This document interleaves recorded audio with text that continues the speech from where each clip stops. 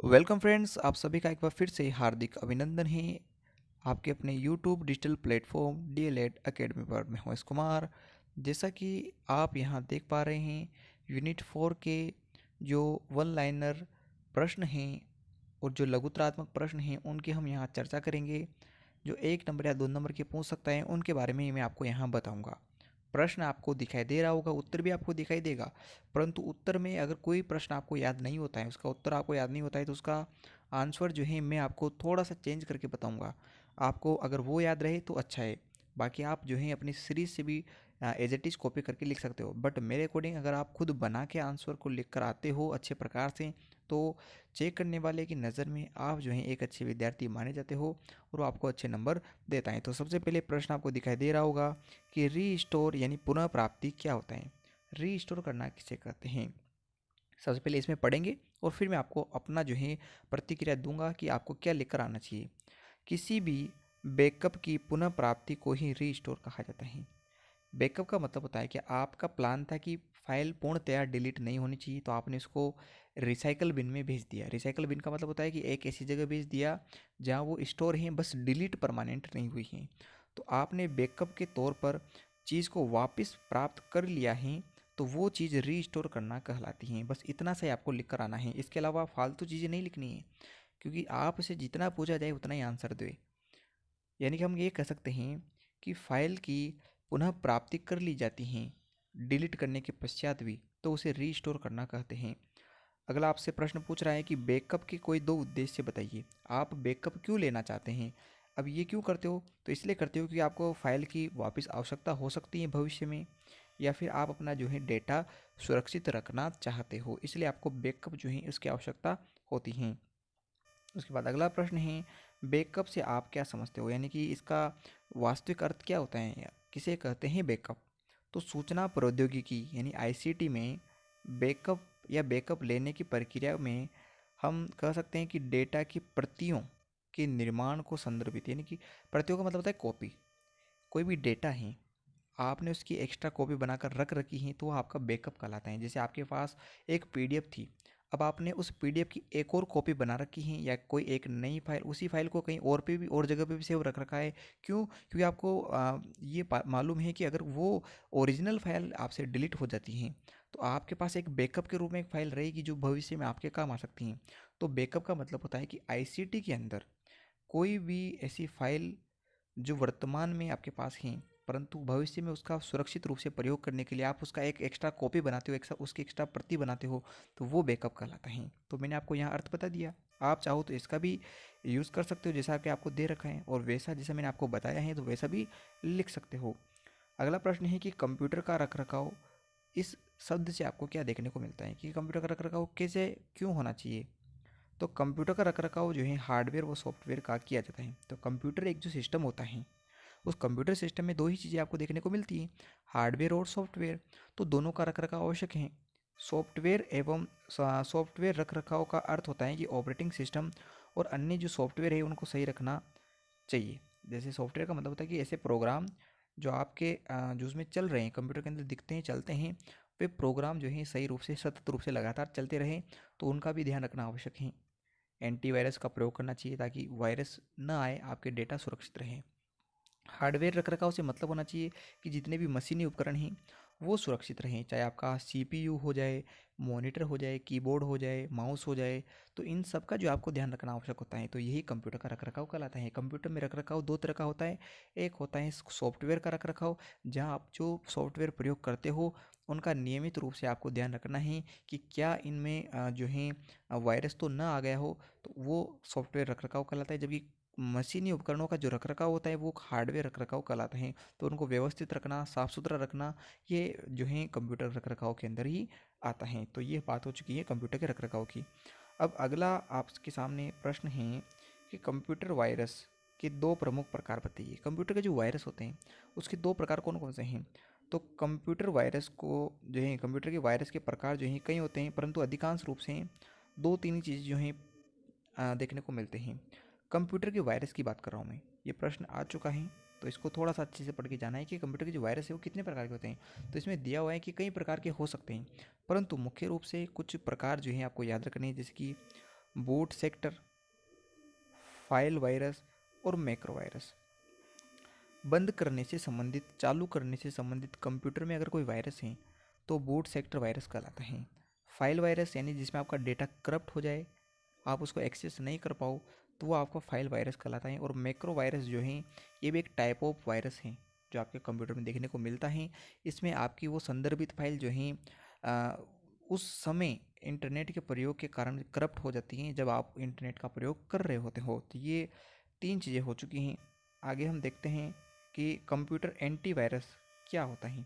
तो कल भी मैंने आपको बताया था कि कंप्यूटर में इंटरनेट चलाते समय वायरस को रोकने के लिए, वायरस से अपने डेटा फाइलों को सुरक्षित रखने के लिए जिस प्रोग्राम की या जिस प्रोग्रामों के समूह की बात की जाती है वो एंटीवायरस कहलाता है। यानी एंटीवायरस कंप्यूटर का ऐसा प्रोग्राम है जो अपने कंप्यूटर को संदिग्ध प्रोग्राम से यानी कि वायरस से सुरक्षित रखता है। तो ये बात हो चुकी है। आगे देखते हैं अगले प्रश्न को। मैं उल्टा आपको प्रश्न बता रहा हूँ, यानी कि क्रम संख्या नीचे से ऊपर क्यों ले जा रहा हूँ, क्योंकि जो प्रश्न है वो ये यहाँ से ज़्यादा प्रश्न पूछे जाते हैं। अगला प्रश्न है कि ब्लॉग की वेबसाइट कौन सी है। ब्लॉग का मतलब होता है जहाँ आप अपने विचार जो हैं लिख कर प्रकट कर सकते हो। तो वो है roller, blogger, IBPM, lotus, connection और वर्ड प्रेस। ये कुछ वेबसाइट हैं जो आपको नाम याद रखनी है, जैसे word press, Apache roller, blogger. ये 2-3 आपको 2 नाम कम से कम याद रखना है, ताकि आपसे पूछ ले कि ब्लॉगिंग वेबसाइट का नाम लिखो 2, तो आपको पता हो जाए। आगे प्रश्न है कि इंसाइक्लोपीडिया जो यानी विश्वकोश होता है वो क्या चीज़ है। इसको समझते हैं, फिर मैं आपको अपने विचार बताऊंगा कि कैसे इसको लेकर आना है। विश्व ज्ञान कोश यानी एनसाइक्लोपीडिया, विश्वकोश या ज्ञान कोश, ये एक ऐसी पुस्तक या वेबसाइट को कहते हैं जिसमें हर विषय से संबंधित जानकारी होती हैं और वर्ण क्रम में व्यवस्थित होती हैं। विश्वकोश का अर्थ है विश्व के समस्त ज्ञान का भंडार। अतः विश्वकोश वह कृति है जो ज्ञान की सभी शाखाओं का जिसमें समावेश होता है। इसमें वर्णानुक्रमिक रूप से व्यवस्थित अन्याय अनन्याय विषयों यानी कि बहुत सारे विषय जो होते हैं उनका संक्षिप्त किंतु तथ्यपूर्ण निबंधों का संकलन रहता है। ये संसार के समस्त सिद्धांतों की पाठ्य सामग्री है। अब आपको इतना सारा पढ़ा, कंफ्यूज होते हो, इसकी सबसे बढ़िया बात है कि इसको ऐसे याद रख ले कि विश्व ज्ञान कोश यानी एनसाइक्लोपीडिया जो है वो एक ऐसी पुस्तक है, एक ऐसी पाठ्य सामग्री है, एक ऐसी कृति है जिसमें विश्व के समस्त चीज़ों का जो है विस्तृत रूप से ज्ञान रहता है और उसमें ज्ञान जो है वर्ण क्रमानुसार रहता है। तो शुरुआत की जो 2 लाइनें हैं आप वो लिख कर आइए, अच्छे प्रकार से आपको याद रह जाएगा। बाकी चीज़ें उसी का एक्सप्लेनेशन है नीचे, तो आपको इतनी चीज़ें याद रखने की आवश्यकता नहीं है। जितनी 2 चीज़ें आपको मैंने बताई है, 2 लाइनें, उतना आप याद रखें। इसके पहले वाला प्रश्न देखते हैं कि कौन सा प्रश्न आपको पूछ सकता है। और कल भी मैंने आपको बताया था कि ई-कॉमर्स क्या होता है, कि इंटरनेट की सहायता से आप कोई भी व्यापार करते हैं तो वो ई-कॉमर्स कहलाता है। अब ये पूछ रहा है कि इस ई-कॉमर्स के लाभ क्या क्या हैं। तो लाभ की अपन बात करें तो सबसे पहला लाभ ये है कि क्रेता को वस्तु और सेवाओं को चुनने के अनेक ऑप्शन मिलते हैं। क्रेता मतलब खरीदने वाले को, उपभोक्ता को कई तरह के जो ऑप्शन हैं, जो सर्विसेज हैं, उनके ऑप्शन मिलते हैं, मल्टीपल ऑप्शन हैं। इंटरनेट से आप अमेजन पर, फ्लिपकार्ट पर शॉपिंग करते हो तो आपको बहुत सारे ऑप्शन मिलते हैं। एक ही चीज़ की बहुत सारी वेराइटीज़ आपको देखने को मिल जाती हैं। और यहाँ पर क्रेता को कम मूल्य पर भी क्रय करने का अवसर मिल जाता है। जैसे ऑफलाइन मार्केट में क्या होता है कि आप चीज़ लेने गए, अब वो फिक्स दाम में आ गई, तो जो बेचने वाला होता है, सेलर जो होता है, वो आपको रेट कम नहीं करता है। परंतु ऑनलाइन ऑप्शन में क्या होता है कि कोई चीज़ 100 रुपये सस्ती मिल रही है तो आप उसे परचेज कर सकते हो, यानी कि जो है आप अपने पैसों को यहाँ बचा सकते हो। अगला है कि व्यापारिक सूचनाओं के आदान प्रदान की लागत और समय की कमी। व्यापारिक रूप से आपको जो सूचनाएं देनी हैं वो तुरंत पहुंच जाती हैं, लागत में भी बहुत कम पैसा लगता है, क्योंकि आपने एक साइट बनाई, उस पर सब चीज़ें अवेलेबल हैं, आप अपने हिसाब से चीज़ों को जहाँ पहुंचाना चाहते हो वहाँ पहुंचा सकते हो। मार्केटिंग में बहुत कम पैसे लगते हैं। विश्वव्यापी बाजार यानी कि वर्ल्ड वाइड जो है बाजार तक आपकी पहुंच हो जाती है। साथ ही में छोटे उत्पादकों को बड़े उत्पादकों के साथ प्रतिस्पर्धा से मुक्ति मिल जाती है। यानी बड़े बड़े जो ब्रांड्स हैं, जो बड़ी बड़ी कंपनियां हैं, उनको उनकी टक्कर नहीं लेनी पड़ती है। जब छोटे छोटे जो कंपनियां, जो उत्पादक हैं, उनको वो सीधे ही अपने माल को ऑनलाइन बेच सकते हैं बिना किसी कॉम्पिटिटर के। तो ये चीज़ें हैं कि इसके क्या क्या लाभ हैं, मैंने आपको बता दिए हैं। इसके पहले जो एक प्रश्न है कि B2B, व्यापार से व्यापार, बिजनेस टू बिजनेस क्या होता है। इसका मतलब क्या होता है कि व्यापार से व्यापार का अर्थ माल, उत्पादों, सेवाओं का आदान प्रदान करने के लिए एक कंपनी किसी कंपनी के साथ किए गए सौदे से ही। आप ऐसा लिख सकते हो कि B2B का मतलब होता है कि एक कंपनी द्वारा अपनी सेवाओं, अपने उत्पादों का दूसरी कंपनी के साथ जो है साझा करती हैं, आदान प्रदान करती हैं, तो वो जो है B2B कहलाता है। व्यापार टू व्यापार, व्यापार से व्यापार कहलाता है। आपसे पूछा ई कॉमर्स क्या है, तो मैंने आपको बताया है कि ई कॉमर्स इंटरनेट की सहायता से किए जाने वाले व्यापार को, वस्तुओं की सेवाओं का आदान प्रदान को ई कॉमर्स कहा जाता है। तो ये आपको पता होना चाहिए। आगे देखते हैं, ईमेल किस तरह की सेवाएं प्रदान करता है। ईमेल जो है वो आपको क्या क्या सर्विसेज प्रोवाइड करता है, इसके बारे में आपको बताना है। तो एक व्यक्ति के साथ अथवा एक व्यक्ति का अधिक व्यक्तियों के साथ सीधा संपर्क स्थापित कर देता है। एक व्यक्ति एक टाइम पे एक व्यक्ति को भी मैसेज या मेल कर सकता है, या एक टाइम पर एक से अनेक व्यक्तियों को भी जो है मैसेज या मेल कर सकता है। अगला है तात्कालिक, हाथों हाथ आपको जो है मैसेज भेजना है तो वो भी आप इसके ज़रिए कर सकते हो। संदेश भेजने वाले और पाने वाले की जो है भौतिक उपस्थिति यानी कि सामने रहने की आवश्यकता नहीं होती है। अगर वो इनडायरेक्टली भी बात करना चाहते हैं तो इसके ज़रिए कर सकते हैं। और इसमें कम व्यय होता है, न के बराबर जो है खर्च होता है, क्योंकि अगर आप डाक पोस्ट करवाते हो या आप खुद जाकर उसको आमने सामने ये बात बताओगे तो आपका खर्चा होता है, और न के बराबर खर्चे में आपका ईमेल जो है आप चला पाते हो। आगे आपसे प्रश्न है, और ये काफ़ी इंपॉर्टेंट प्रश्न है और इसको आपको ध्यान रखना है। और ये प्रश्न मैं आपको 100% गारंटी के साथ कहता हूँ कि ईमेल का कोई ना कोई प्रश्न आपको देखने को मिलेगा। ईमेल क्या है इसको समझते हैं। इलेक्ट्रॉनिक मेल आज के समय में इंटरनेट पर उपलब्ध सबसे महत्वपूर्ण सेवाओं में से एक है। इलेक्ट्रॉनिक मेल ईमेल को ही कहा जाता है, यानी कि ईमेल जो है इसका पूरा नाम इलेक्ट्रॉनिक मेल है। और आजकल जितनी भी जो इंटरनेट पर उपलब्ध सेवाएं हैं उनमें सबसे महत्वपूर्ण सेवाओं में से एक ये भी है।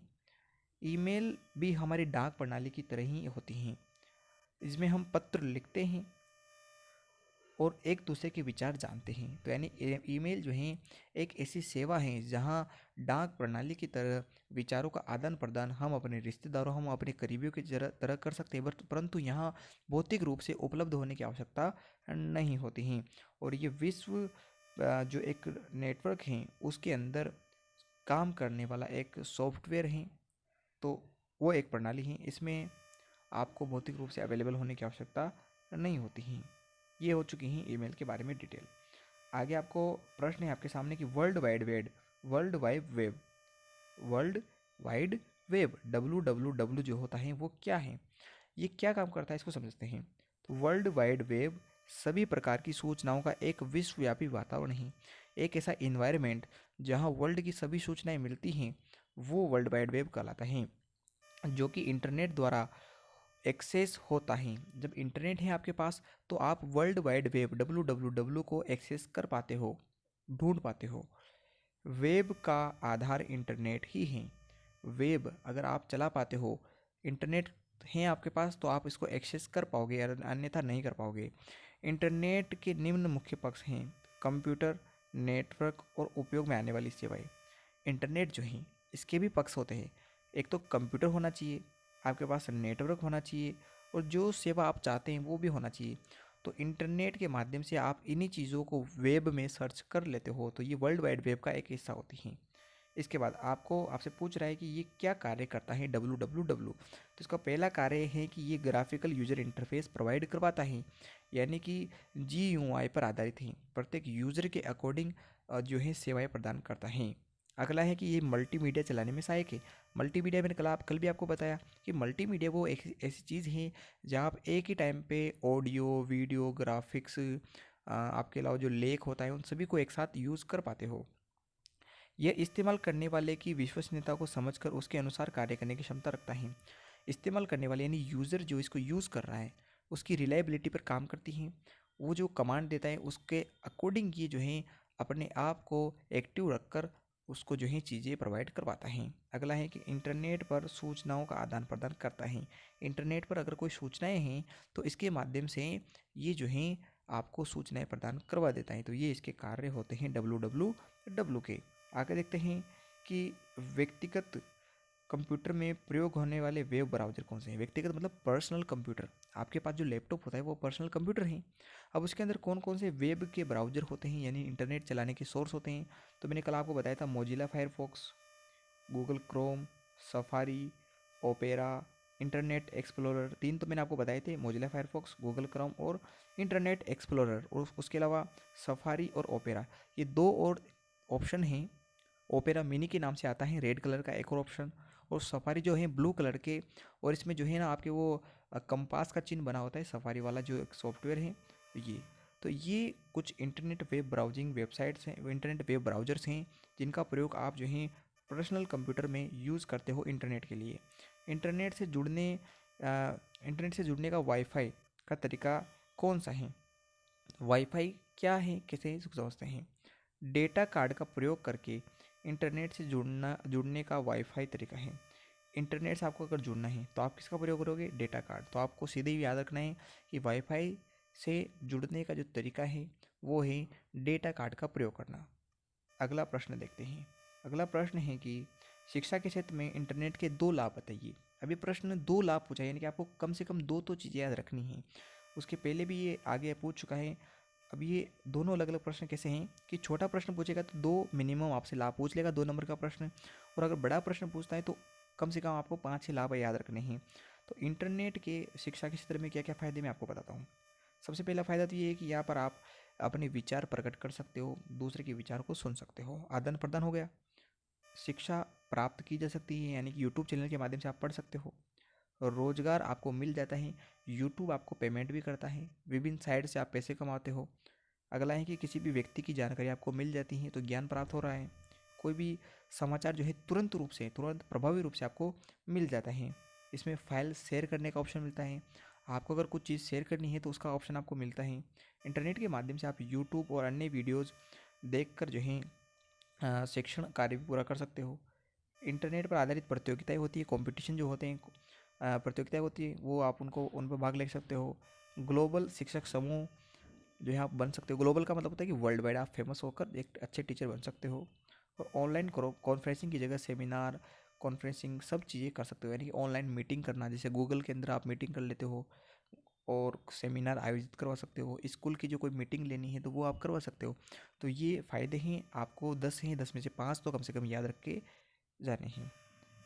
अगला जो प्रश्न है वो प्रश्न है कि लेन मतलब लोन क्या मतलब है? लेन। कल मैंने आपको बताया था कि लेन जो है लोकल एरिया नेटवर्क को कहा जाता है। मॉडेम का पूरा नाम है मॉड्यूलेशन डीमॉड्यूलेशन, मैंने आपको कल बता दिया है। तो इन प्रश्नों को मैं आपको ज़्यादा टाइम नहीं लूँगा। अगला है कि ब्लूटूथ का नामकरण किसके नाम पर रखा गया है? तो ये इंपॉर्टेंट प्रश्न है, आपको इनको याद करके जाना है। ब्लूटूथ का नाम 10वीं सदी के डेनमार्क के राजा थे हेराल्ड ब्लूटूथ, उनके नाम पर रखा गया है। तो ये काफ़ी इंपॉर्टेंट प्रश्न है, वो मुझे लग रहा है कि ये आ सकता है। वाईफाई का उद्देश्य क्या है? वाईफाई का प्रयोग क्यों करते हो? तो वाईफाई का उद्देश्य ये है कि वायरलेस समर्थित युक्तियों के बीच संपर्क स्थापित करना। यानी क्या करते हो कि 2 ऐसे युक्तियाँ मतलब उपकरण हैं जो एक दूसरे से बिना तार के जुड़े हुए हैं। तो बिना तार के भी जब नेटवर्क वो एक्सेस कर पाते हैं 2 डिवाइसेस, तो वो वाईफाई के ज़रिए होता है। अगला प्रश्न देखते हैं, वाईफाई तकनीकी की उपयोगिता क्या है? तो मैंने अभी आपको बताया कि वाईफाई एक ऐसी वायरलेस तकनीक है जिसके माध्यम से 2 या 2 से अधिक युक्तियों को इंटरनेट या नेटवर्क कनेक्शन से जोड़ा जा सकता है। वाईफाई का पूरा नाम क्या है? तो वायरलेस फिडेलिटी। तो ये हैं आपके, ये भी प्रश्न इंपॉर्टेंट, जिस प्रकार से ब्लूटूथ वाला प्रश्न इंपॉर्टेंट है तो वो इस प्रकार ये भी प्रश्न इंपॉर्टेंट है। अगला प्रश्न है कि कंप्यूटर नेटवर्किंग किसके द्वारा की जा सकती है? तो कंप्यूटर नेटवर्किंग जो है तार के द्वारा, यानी कि तारों की सहायता से, डोरियों की सहायता से, या फिर वायरलेस भी की जा सकती है। दोनों तरीके हो सकते हैं। वाईफाई का यूज़ करोगे तो बिना तारों के वायरलेस कर सकते हो, और वाईफाई का प्रयोग ना करोगे तो आपको इंटरनेट जो है तारों की सहायता से करना पड़ता है। तो जिसमें किसी भी यूएसबी या किसी भी डिवाइस के अंदर तार का प्रयोग कर रहे हो तो वो वायर का प्रयोग करते हुए करना हो गया, और जिसके अंदर वाईफाई का प्रयोग कर रहे हो या ब्लूटूथ का प्रयोग कर रहे हो तो वो वायरलेस हो जाता है। अगला प्रश्न है कि यदि हम अपनी सारी स्लाइड को एक साथ परिवर्तन करना होगा तो किस विकल्प में जाएंगे? तो पावर पॉइंट आपने चलाया है तो स्लाइड मास्टर नाम का एक ऑप्शन है, तो सारी स्लाइड में एक साथ अपन जो है उसमें परिवर्तन कर सकते हैं। एक ही टाइम पर सभी स्लाइड्स को आप जो है अपने अकॉर्डिंग चेंज कर सकते हो। फिर अगला प्रश्न है कि क्या हम प्रेजेंटेशन लिनक्स में बना सकते हैं? तो हाँ, जो लिनक्स आपका सॉफ्टवेयर जो प्रोग्राम है उसमें भी आप ये प्रेजेंटेशन बना सकते हो। अगला है कि स्लाइड शॉर्टर व्यू। मैंने आपको कल शॉर्टर की स्पेलिंग थोड़ा सा चेंज बता दिया था, मैंने आपको SHORTER बताया था। तो आपको याद रखना है कि एच नहीं आता है, वो एच शॉर्ट वाले में यानी कि बड़े वाले स में आता है शॉर्टर, बट वो यहाँ पर शॉर्टर जो है आपका एस वाला है, SORTER वाला आएगा। तो आपको याद रखना है कि जो स्लाइड शॉर्टर हैं ये सभी जो स्लाइड्स होती हैं उनको एक साथ मिनिमाइज करके आपको दिखाता है, यानी कि स्लाइड शॉर्टर व्यू में भी सभी स्लाइड मिनिएचर छोटे रूप में आपको दिखाई देती हैं, जिन्हें आप आसानी से एक स्थान से दूसरे स्थान पर जो है पहुंचा सकते हो। यानी कि एक कंप्यूटर की अगर कोई सूचना है, कोई तो स्लाइड है, तो उसको छोटे करके आप दूसरी जगह पर रख सकते हो। आगे देखते हैं स्लाइड ट्रांजिशन क्या होता है। ट्रांजिशन का मतलब होता है कि हलचल पैदा हुई है। अब दिखाते हैं कि इसका मतलब क्या है। प्रभावशाली तरीके से एनिमेशन सहित स्लाइड के खुलने को स्लाइड ट्रांजिशन कहते हैं। प्रभावशाली का मतलब होता है इफेक्टिव। इफेक्टिव तरीके से एनिमेशन यानी थोड़ा बहुत हलचल के साथ अगर कोई स्लाइड ओपन होती है तो उसे बोलते हैं स्लाइड ट्रांजिशन। इसके अलावा है कि नोट्स पेज का उपयोग क्या है। पावर पॉइंट के अंदर ऑप्शन आता है नोट्स पेज। अब नोट्स बनाने हैं तो उसका पेज जो है आपको चाहिए, तो इसको देखते हैं कि यह सुविधा का उपयोग करके हम हर स्लाइड की महत्वपूर्ण सूचना को उसी स्लाइड पर लिख सकते हैं, तो पावर पॉइंट प्रस्तुतिकरण में सहायक है। तो आप ऐसा लिखोगे कि स्लाइड के अंदर स्लाइड जो होती हैं उसके अंदर जो सूचनाएं होती हैं अगर उनको हम लिखते हैं तो उसे स्लाइड पेज के उपयोग से लिख पाते हैं। इसके पहले वाले प्रश्न को देखते हैं कि क्लिप आर्ट जो होती है, क्लिप आर्ट का प्रयोग हम क्यों करते हैं। तो क्लिप आर्ट एक ऑप्शन है जिसके अंदर बहुत सारे अलग अलग डायग्राम्स जो हैं उसके अंदर होते हैं, उन डायग्राम्स का हम प्रेजेंटेशन के अंदर उपयोग कर पाते हैं, तो ये क्लिप आर्ट के ऑप्शन से होता है। इसके पहले प्रश्न है कि पावर पॉइंट प्रस्तुतिकरण में टेबल किस प्रकार से बनाते हैं। तो टेबल बनाने के लिए सबसे पहले आप इंसर्ट टैब में जाओगे। कल भी मैंने आपको बताया था कि जितने भी ऑप्शन होते हैं वो आपके इंसर्ट टैब में होते हैं, और इंसर्ट टैब में जाने के बाद आपको टेबल वाले ऑप्शन पर जाना है। टेबल वाले ऑप्शन में आपको पंक्तियाँ और कॉलम सेलेक्ट करने हैं, यानी रो और कॉलम सेलेक्ट करने हैं कि कितने कॉलम रखने हैं और कितनी पंक्तियाँ रखनी हैं, और फिर आपको नीचे जो है क्रिएट पर क्लिक करना होता है। क्रिएट CREAT उस पर क्लिक करोगे तो जैसे आपकी जो है सारणी तैयार हो जाती है। तो ये है, सबसे पहले इंसर्ट टैब पर जाना है। इंसर्ट टैब के बाद आपको टेबल पर जाना है। टेबल वाले ऑप्शन पर, टेबल वाले ऑप्शन पे आपको सेलेक्ट करना है कि कितनी रो यानी कितनी पंक्तियाँ और कितने स्तंभ आपको रखने हैं, और फिर आपको क्रिएट पे ऑप्शन पर क्लिक कर देना है, तो आपकी जो है टेबल बन जाती हैं। इसके ऊपर वाला प्रश्न है कि फाइल मेन्यू जो होता है, फाइल मेन्यू एक आपके ऑप्शन है। इस ऑप्शन के अंदर एक और ऑप्शन आता है न्यू का, और न्यू के अंदर कौन कौन से विकल्प आते हैं वो आपको बताने हैं। तो नए के अंदर आप या तो ब्लैंक प्रेजेंटेशन बना सकते हो, ब्लैंक स्लाइड जिसके अंदर कुछ भी लिखा नहीं हो, या फिर हाल ही में जो आपने प्रयोग किया है कुछ टेम्पलेट्स, तो वह आप रिसेंट टेम्पलेट से प्राप्त कर सकते हो, या सैम्पल टेम्पलेट्स यानी कुछ उसके अंदर बने हुए टेम्पलेट्स होते हैं। सैम्पल है न कि सिंपल। सैम्पल का मतलब होता है पहले से बने बुनाए जो आपके टेम्पलेट्स हैं उसके अंदर वो आप प्रयोग कर सकते हो एज इट इज़। तो ये न्यू के अंदर 3 ऑप्शन आपको देखने को मिलते हैं। इसी प्रकार प्रश्न है कि पावर पॉइंट की जो स्क्रीन होती हैं वो उस स्क्रीन पर आपको क्या क्या ऑप्शन देखने को मिलते हैं, कौन कौन सी बार जो है आपको देखने को मिलती हैं। तो सबसे पहली बार आपको रिबन बार देखने को मिलती हैं, दूसरा है स्टेटस बार, और तीसरा है स्क्रॉल बार। आपको ये पावर पॉइंट के जो है यूज़ करने पर ही समझ में आएगा। तो ये 3 चीज़ें होती हैं, स्टेटस, स्क्रॉल और रिबन बार। तो 3 बार जो है पावर पॉइंट की स्क्रीन पर आपको देखने को मिलते हैं। और आज का हमारा लास्ट प्रश्न है कि पावर पॉइंट है क्या।